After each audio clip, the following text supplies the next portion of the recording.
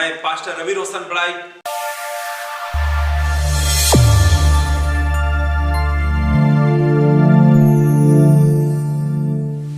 Praise the Lord.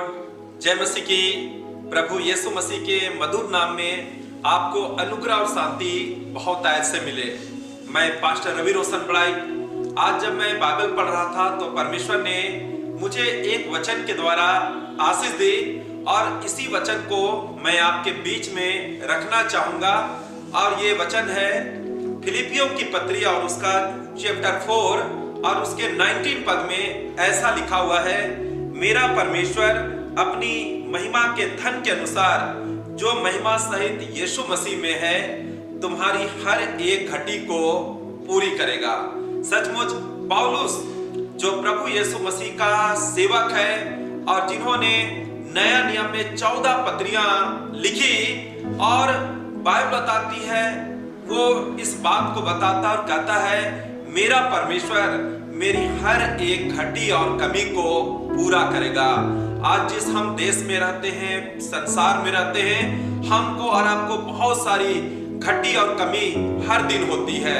हम सुबह घटी और कमी में उठते हैं और रात को हम घटी और कमी में होकर सोते हैं और हम अपने जीवन की, भविष्य की, अपने बाल बच्चों की हम हर दिन चिंता किया करते हैं। और परमेश्वर का सेवक पौलुस इस बात को बताने लगा और कहने लगा, मैं एक ऐसे परमेश्वर को जानता हूं जो स्वर्ग में रहता है। वो ना तो कभी ऊँघता है और ना तो वो कभी सोता है, वो मेरी हर एक घटी को पूरा करेगा। परमेश्वर के वचन में लिखा है, दाऊद कहता है यहोवा मेरा चरवाहा है और मुझे कुछ भी घटी नहीं होगी। दाऊद फिर से कहता है कि जवान सिंहों को घटी हो सकती है और वे भूखे भी हो सकते हैं, परंतु यहोवा के खोजियों को किसी भली वस्तु की घटी नहीं होगी।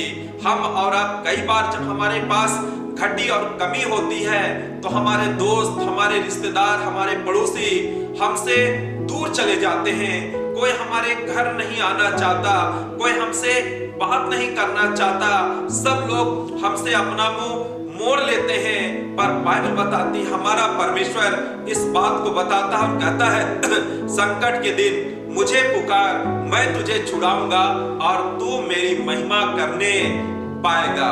सचमुच जब परमेश्वर इजरायलियों को मिस्र देश की गुलामी से निकाला और अपने सेवक मूसा से कहा कि मूसा इन लोगों को तू उस देश में ले जा जहां पर दूध और मधु की धारा बहती है। और कुछ समय तक मूसा इजरायलियों को लेकर चलता रहा, आगे बढ़ता रहा।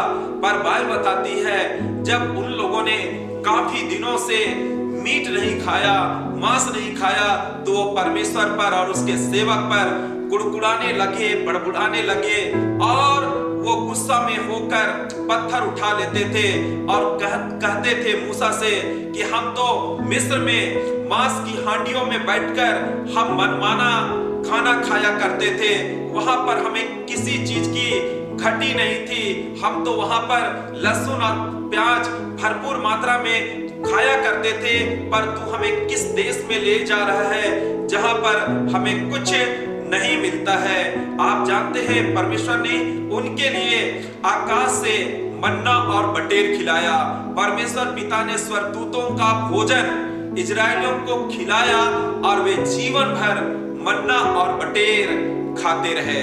सचमुच हमारा और आपका परमेश्वर यहोवा यीरे है और उसके लिए कोई भी काम कठिन नहीं है, उसके लिए कोई भी काम नामुमकिन नहीं है, क्योंकि उसके वचन में लिखा है स्वर्ग और पृथ्वी का सारा अधिकार उसे दिया गया है।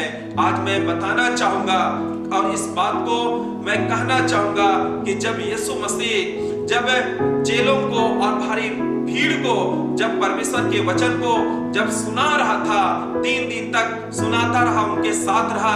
जब पीछे मुड़कर 3 दिन के बाद जब वो उनको देखा तो देखा कि सभी लोग प्यास के मारे, भूख के मारे व्याकुल हो गए हैं, थक गए हैं। और यीशु मसीह रुककर अपने चेलों से कहा, तुम इनको कुछ खाने को दो तब चेले कहने लगे, हम इस गांव में, हम इस निर्जन प्रदेश में इनके लिए कहां से रोटियां लाए?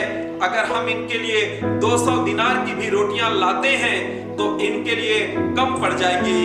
पर यीशु मसीह जो परमेश्वर का बेटा है, परमेश्वर की संतान है, बाइबल बताती है उसने लोगों से कहा, अगर किसी के पास कुछ है तो मुझे वो दे।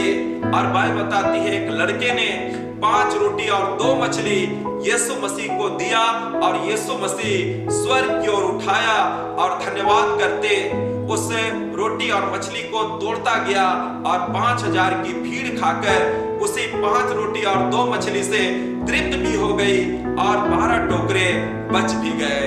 सचमुच मैं आपको बताना चाहूंगा, कहना चाहूंगा, यीशु मसीह हमारी हर आवश्यकता को पूरा करने वाला वो परमेश्वर है और उसके लिए कोई भी काम कठिन नहीं है। वो तो आंधी और तूफान को डांटता है और आंधी और तूफान उसकी आज्ञा से थम जाती है, उसकी आज्ञा से लंगड़ा चलने लगता है, उसकी आज्ञा से गूंगा बोलने लगता है।